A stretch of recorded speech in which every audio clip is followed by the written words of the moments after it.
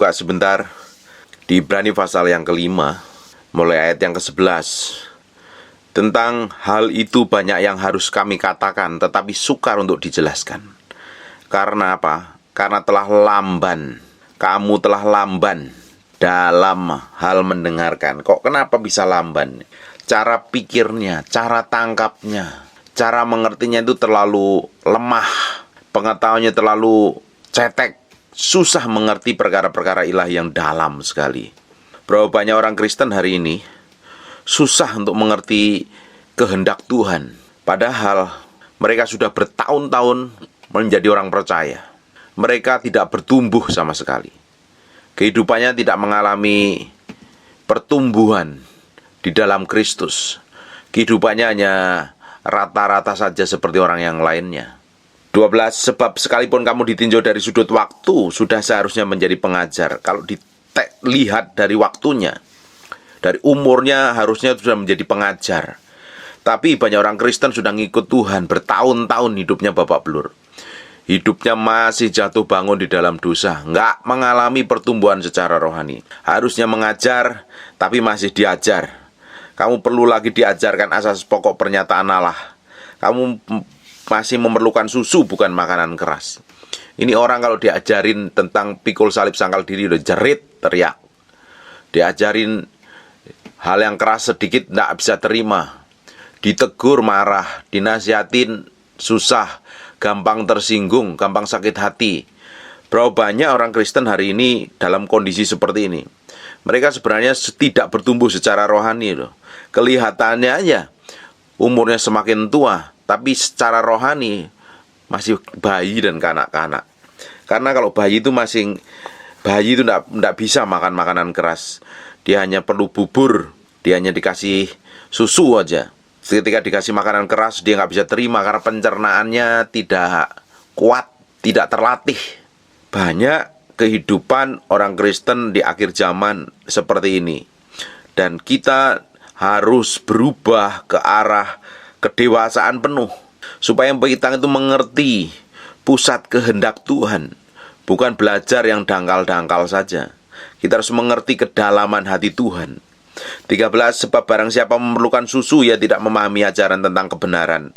Ia adalah anak kecil yang kalau diajarin itu maunya tentang berkat, tentang kelimpahan. Sekalipun selama 30 hari berturut-turut saya ngomong tentang kelimpahan, supaya mata hati kita itu mengerti Tuhan, mengerti pusat kehendak Tuhan, supaya hati kita tidak dikejar-kejar oleh keinginan hawa nafsu duniawi saja. Jadi kalau masih susu, maunya mau disayang, maunya diperhatikan, maunya didoain, minta didoain terus-terusan, itu masih susu, masih anak kecil, belum mengerti apa-apa.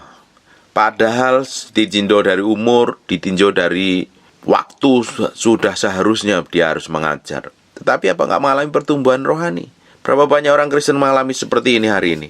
Mereka secara fisik kelihatan udah pada tua, tapi nggak ngerti apa-apa. Masih anak-anak. Usianya di dalam Kristus sudah lebih dari 3 tahun, tapi kelakuannya seperti anak kecil. Kekristenannya umurnya udah 5 tahun, 10 tahun, tapi kelakuannya seperti anak-anak.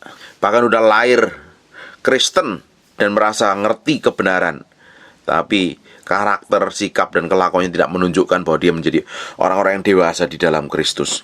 14. Tetapi makanan keras adalah untuk orang-orang dewasa yang karena mempunyai panca indera yang terlatih, membedakan yang baik daripada yang jahat.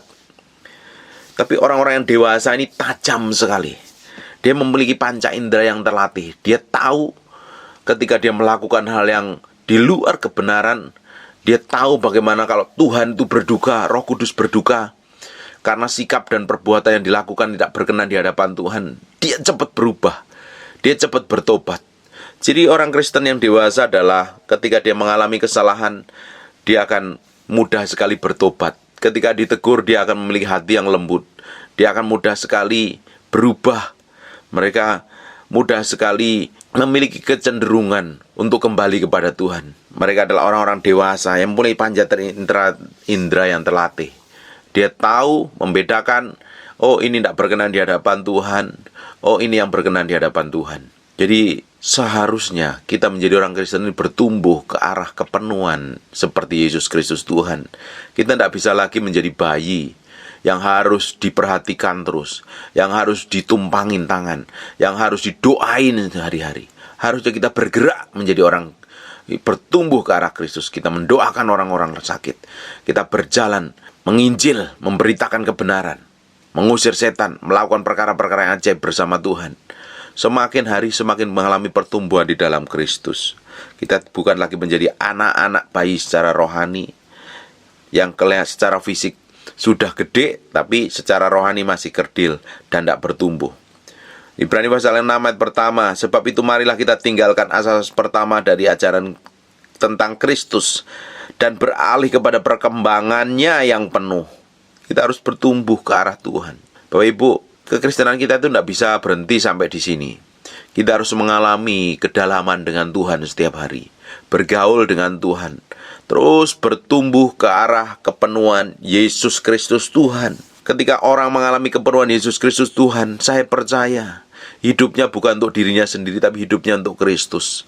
Dia akan menyalibkan semua keinginan dagingnya. Semakin orang kenal Tuhan, orang itu akan semakin bisa mematikan semua keinginan dagingnya dan hidupnya memusatkan kepada Kristus. Dunia ini bukan menjadi pusatnya yang utama, menjadi tujuan yang utama, tapi Tuhan menjadi tujuan yang utama. Boleh kita bisa bekerja, memiliki usaha, kita bisa tinggal di dunia, kita bergaul dengan orang dunia, tapi kita tidak terpengaruh dengan dunia, tapi fokus kita kepada Tuhan dan menjadi berkat buat orang-orang dunia. Ini yang menjadi harusnya kehidupan orang-orang Kristen itu mengalami yang seperti ini. Janganlah kita meletakkan lagi dasar pertobatan dan perbuatan yang sia-sia dan dasar kepercayaan kepada Allah. Kita tidak lagi sibuk dengan pertobatan. Makanya saya percaya dengan Alkitab yang mengatakan, siapa yang lahir daripada Kristus, dia tidak akan berbuat dosa lagi. Artinya apa? Saya percaya ketika seseorang itu hidup bersama Tuhan setiap hari, hidupnya bersama Tuhan, dia bisa jatuh dalam dosa, dia bisa melakukan dosa, tetapi dia bisa memilih untuk tidak berbuat dosa. Karena apa? Dia tahu dan memiliki panca indera yang terlatih. Dia tidak berdasarkan hidup karena kemauannya sendiri, tapi hidup dikontrol dan dikendalikan oleh tujuan Tuhan. Inilah harusnya yang menjadi dasar kita ini untuk bertumbuh di dalam Tuhan, sehingga kita tidak terus dijatuh bangun di dalam dosa. Janganlah kita meletakkan dasar pertobatan dari perbuatan yang sia-sia dan dasar kepercayaan kepada Allah, yaitu ajaran tentang berbagai pembaptisan. Udah nggak ribut masalah begini. Tapi kalau kekristenan kita ini hari ini masih ribut masalah boleh dibaptis apa enggak, ditenggelamin atau sekedar dipercik, masih diributin terus sampai hari ini. Itu penumpangan tangan, kebangkitan orang mati, dan hukum kekal. Dan itulah yang kita perbuat jika Allah mengizinkan. Sebab mereka yang pernah diterangi hatinya dan pernah mengecap karunia surgawi dan pernah mendapat bagian dalam Roh Kudus dan mengecap firman yang baik dari Allah dan karunia-karunia yang akan datang. Namun yang murtad lagi tidak mungkin diperbaharui sekali lagi sedemikian sehingga mereka bertobat. Sebab mereka menyalibkan lagi anak Allah bagi diri mereka dan menghinanya di muka umum. Orang Kristen harusnya mengalami pertumbuhan secara rohani. Dia tidak lagi sibuk dengan perkara-perkara dasar kekristenan. Kalau kita masih sibuk dengan dasar-dasar kekristenan tentang baptisan, penumpangan tangan, dan lain sebagainya, itu tandanya kalau kita masih ribut masalah itu, artinya kekristenan kita itu masih dangkal. Tapi ketika kita ini berjalan bersama Tuhan setiap hari, kita semakin hari semakin mengalami kedalaman di dalam Tuhan. Banyak sekali kehidupan orang Kristen hari ini tidak mengalami pertumbuhan di dalam Kristus. Boleh dia tiap minggu ke gereja, boleh dia umurnya sudah tua, tapi secara rohani itu tidak mengalami pertumbuhan yang normal. Bahkan mereka cenderung tidak mengalami pertumbuhan secara baik, atau bisa dibilang kerdil. Karena apa? Tidak sehat secara rohani. Bapak Ibu, saya percaya ketika kita ini bertumbuh ke arah Yesus Kristus, mengalami kepenuhan penuh, Tuhan mau menyingkapkan hal secara rohani lebih powerful lagi. Tuhan sebenarnya menunggu kita itu bertumbuh secara penuh ke arah Dia supaya kita memiliki pengaruh yang lebih besar. Tuhan akan percayakan perkara-perkara yang ajaib dan besar dalam kehidupan kita. Dan saya percaya, kekristenan orang percaya harus mengalami kepenuhan di dalam Kristus. Kalau tidak kita didapati bertumbuh ke arah Yesus Kristus, Tuhan tidak akan percayakan apa-apa. Hanya orang yang dewasa yang bisa dipercayakan perkara-perkara ilahi. Hanya orang yang sudah akil balik yang Tuhan bisa percayakan warisan perkara-perkara yang besar di hadapan Tuhan. Kekristenan kita harus bertumbuh di dalam Kristus. Dan saya percaya ketika Tuhan datang kedua kali untuk Dia akan datang sebagai mempelai laki-laki dan kita adalah mempelai perempuannya. Kita akan dijemput dan didapati orang yang sudah bertumbuh secara dewasa. Harusnya akan menjadi mempelai perempuannya Yesus Kristus Tuhan. Kalau kita tidak didapati bertumbuh di dalam Tuhan, hari ini masih berkutat dengan hidup babak belur, malas berdoa, kepahitan, sakit hati, malas belajar firman, tidak haus dan lapar dengan Tuhan, itu bukti bahwa kekristenanmu sedang sakit. Kekristenanmu tidak bertumbuh kuat di dalam Kristus. Kekristenanmu sedang mengalami masalah. Kalau kita mengalami hal seperti itu, ini waktunya kita kembali kepada Tuhan dan bertobat.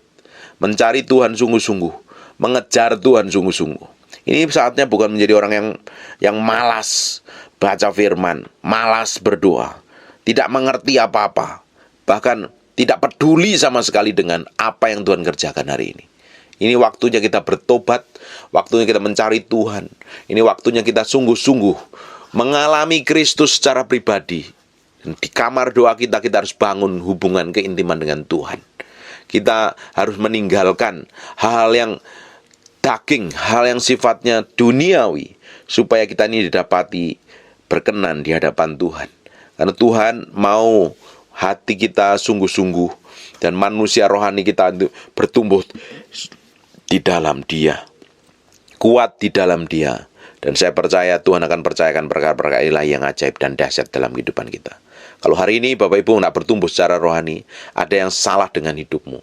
Berubah, cari Tuhan sungguh-sungguh, kenali Tuhan sungguh-sungguh. Tinggalkan hal-hal daging, sifatnya duniawi, kedagingan yang bertentangan dengan kehendak Allah.